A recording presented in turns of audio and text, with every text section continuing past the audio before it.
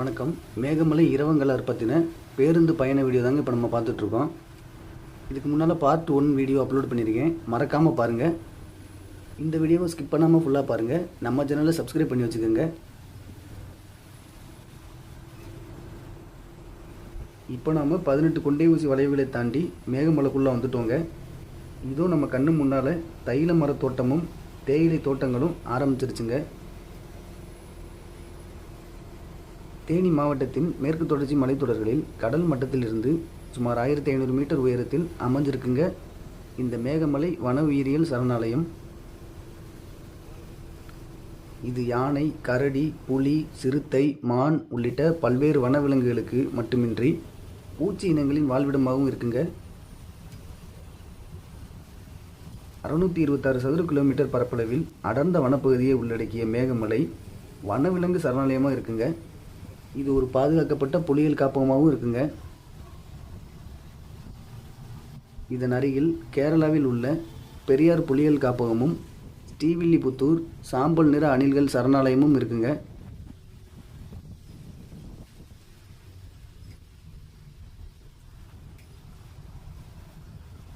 மேகமலை புலிகள் காப்பகம் இது நம்ம நாட்டோட 51வது புலிகள் காப்பகமாகவும் தமிழ்நாட்டோட 5வது புலிகள் காப்பகமாகவும் இருக்குங்க. இங்கே ஒரு கோவில் இருக்குது. இப்போ நம்ம பார்க்குற இந்த இடம் தாங்க மேகமலை. மேகமலையோட இந்த உறைபனி குளிரையும் அழகையும் நம்ம வெளியிலேருந்து ரசிக்கிறோம். ஆனால் தினமும் விடிய காலையிலேயே எழுந்து பனியையும் குளிரையும் பொருட்படுத்தாமல் இந்த மலை காடுகளுக்குள்ள தேயிலை பறிக்க போகிற உழைப்பாளிகளோட வீடுகள் தாங்க இது.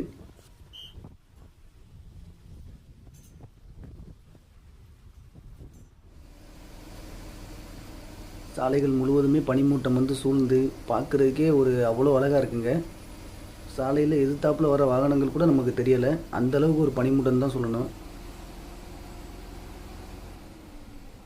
ஜன்னலோர சீட்டில் லேசான மலை சாரல், அதுக்கு நடுவில் நம்மளை தொட்டு உரசிட்டு போகிற இந்த மேக கூட்டங்கள். இந்த மேகமலை பயணம் நிஜமாகவே ஒரு சொர்க்கம் தாங்க.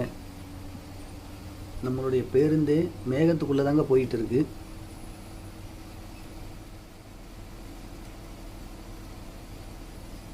இந்த இடத்துலலாம் எதிர்த்தாப்பில் வர வாகனங்கள் கூட தெரியலங்க, அந்தளவுக்கு ஒரு பனிமூட்டம் தான் சொல்லணும்.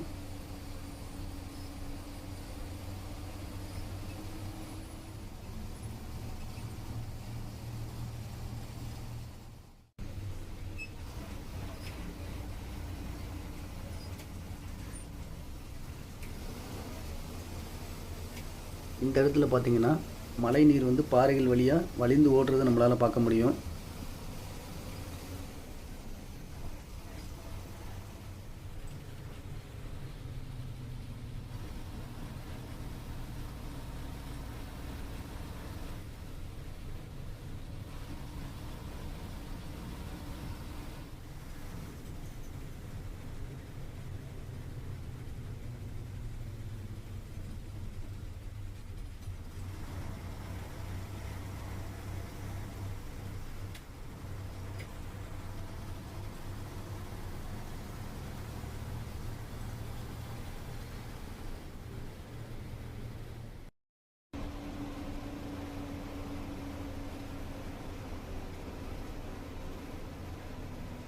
இப்போ நம்ம பேருந்து பயணம் பண்ணிட்டு இருக்க இடத்துக்கு நேராக பார்த்தீங்கன்னா ஒரு பெரிய பள்ளத்தில் நீர் தேங்கி பார்க்குறதுக்கே ஒரு ஏரி மாதிரி இருக்குங்க. அதெல்லாம் முழுவதுமாக வந்து பனி மறைச்சிருச்சு.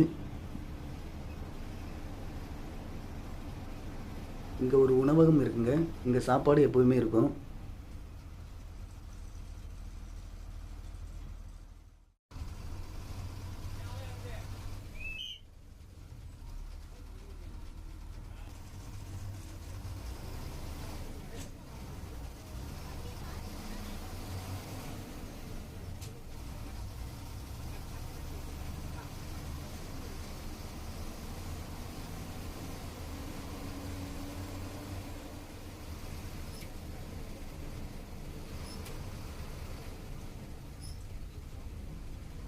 பக்கத்தில் இருக்கக்கூடிய மரங்கள் கூட நம்மளுக்கு சரியாக தெரிய மாட்டேதுங்க, அந்தளவுக்கு ஒரு பனிமூட்டம் தான் சொல்லணும்.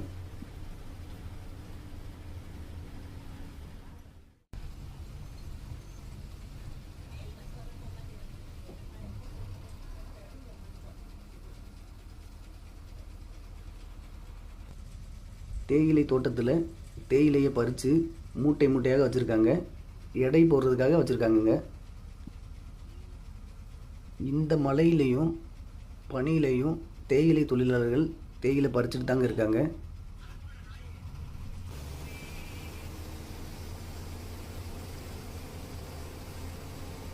இப்போ வரைக்கும் நம்ம பயணம் பண்ணக்கூடிய சாலை நல்லா தாங்க இருக்குது.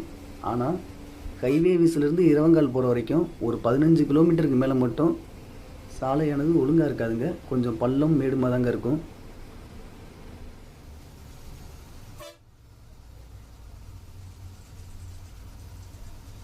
இப்போது நம்ம ஹைவேவிஸ் அப்படிங்கிற ஊருக்கு வந்துட்டோங்க. இங்கே நம்மளுடைய பேருந்தானது ஒரு 15 நிமிடம் நிற்கும். இங்கே ஒரு உணவகமும் இருக்குங்க. இங்கே சாப்பிட்றது இருந்தாலும் சாப்பிட்லாம்.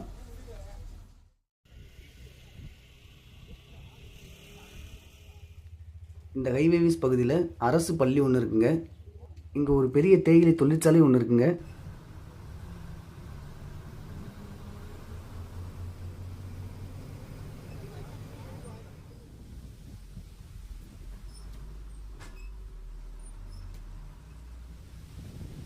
இந்த இடத்துல ஒரு சிற்றருவி ஒன்று இருக்குங்க. இங்கே ஒரு போர்டு வச்சுருக்காங்க, வாகனங்களை நிறுத்தக்கூடாது அப்படின்னு.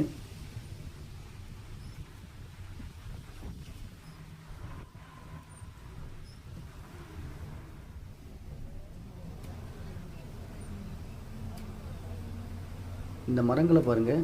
இந்த பனி மேகக்கூட்டங்களுக்கு நடுவே சற்று மறைந்து பார்க்குறதுக்கே அவ்வளோ ரம்மியமாக இருக்குங்க.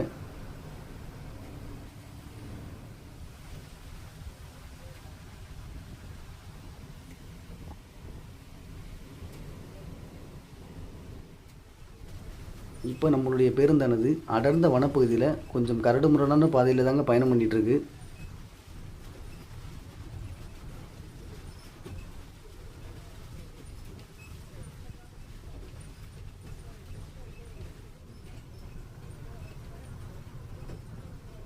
தமிழ்நாட்டின் மற்ற தேயிலை தோட்டங்களைப் போலவே இந்த ஹைவேவிஸ் தேயிலை தோட்டங்களை உருவாக்குனதும் பிரிட்டிஷ்காரங்க தாங்க.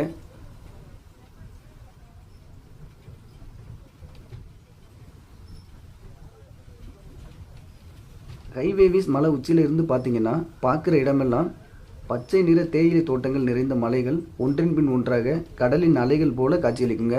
அதனால தான் இந்த இடத்துக்கு ஹைவேவிஸ் அப்படின்னு பெயர் வச்சுருக்காங்க.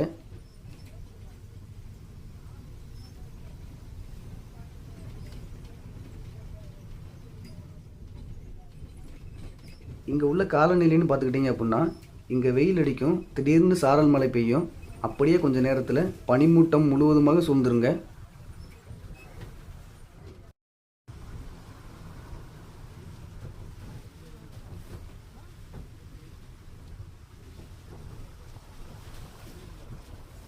தேயிலை தோட்டங்களுக்கு நடுவே மழை நீர் வழிந்து ஒரு சிற்றருவியாக ஓடிட்டுருக்குங்க. பார்க்குறதுக்கே அவ்வளோ அழகாக இருக்குது.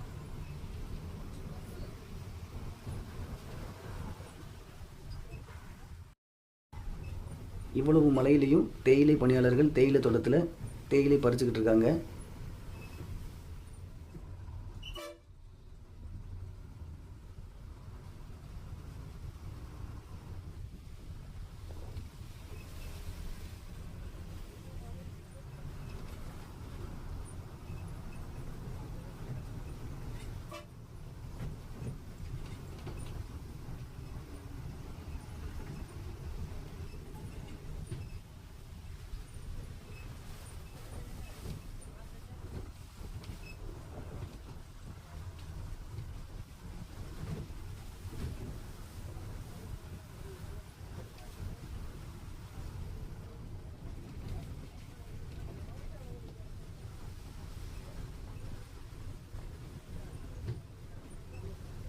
இங்கே பெய்யக்கூடிய மழைநீர்கள் எல்லாம் ஒன்றாக சேர்ந்து இங்கே இருக்கக்கூடிய ஏரிகளில் சேமிக்கப்படுதுங்க.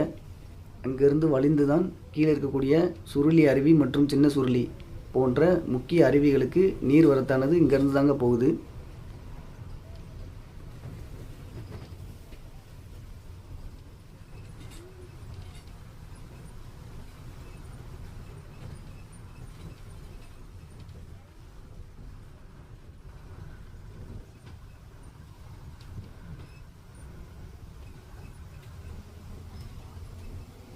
இங்கே இருக்கக்கூடிய அடர்ந்த காடுகளும் அதனுள் ஒளிஞ்சிருக்கக்கூடிய தேயிலை தோட்டங்களும் பார்க்குறதுக்கே அவ்வளோ அழகாக இருக்குங்க.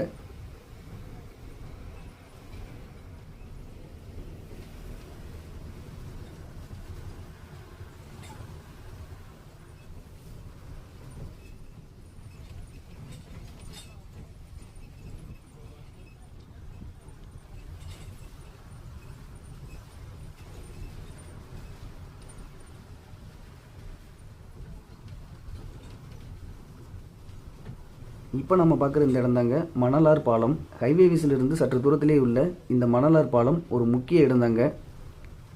ஜெய்பீம் படத்தோட சில முக்கிய காட்சிகள் எடுக்கப்பட்டது இந்த பாலத்தில் தாங்க. இங்கே ஒரு வனத்துறை சோதனை சாவடி ஒன்று இருக்குங்க.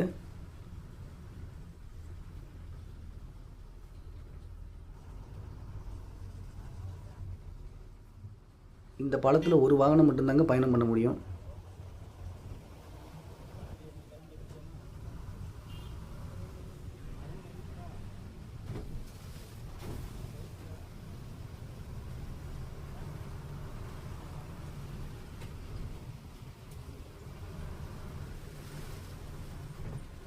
இங்கு சில குடியிருப்பு வீடுகளும் தேயிலை பணியாளர்கள் இருக்கக்கூடிய குடியிருப்பும் ஒரு கடையும் இருக்குங்க.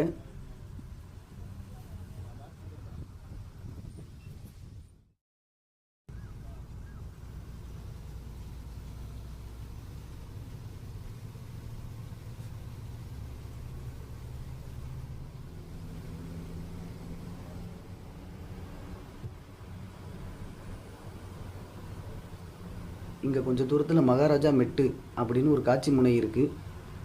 அங்கே காடுகளுக்குள்ளே 10 நிமிடம் நடந்து மலை ஏறினால் மகாராஜா மெட்டு போயிடலாம். அந்த காட்சி முனையிலிருந்து பார்த்தா கம்பம், கூடலூர், கும்புளிமலை, கம்பம் மெட்டு, போடி மெட்டு போன்ற இடங்களை பார்க்கலாங்க. அங்கே யானை மற்றும் காட்டு மாடுகள் நடமாட்டம் அதிகமாகவே இருக்குங்க. தனியாக போகிறத தவிர்த்துருங்க.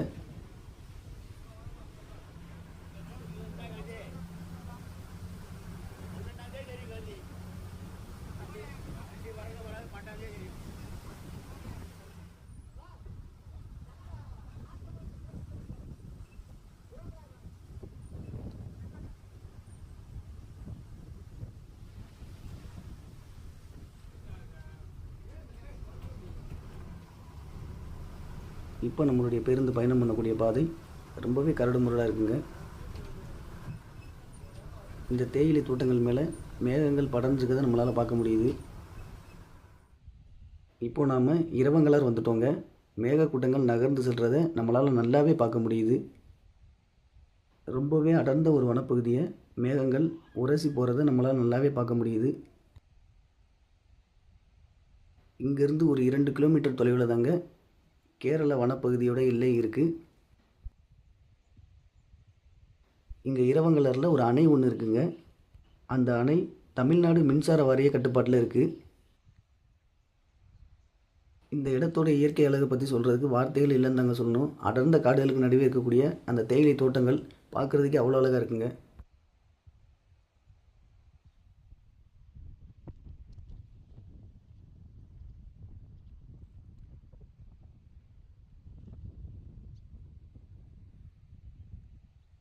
தேயிலை தோட்டத்தில் பணியாற்றக்கூடிய பணியாளர்களின் குடியிருப்பு நம்மளால் பார்க்க முடியுதுங்க.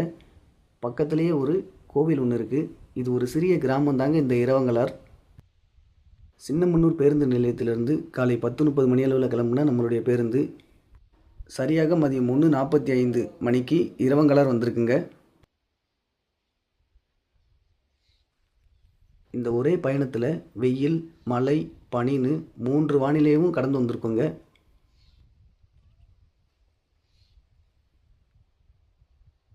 சுற்றுலா பயணிகளின் எண்ணிக்கை குறைவாக இருக்கக்கூடிய ரொம்பவே அமைதியான ஒரு இடம் தாங்க இந்த இரவங்கலார்.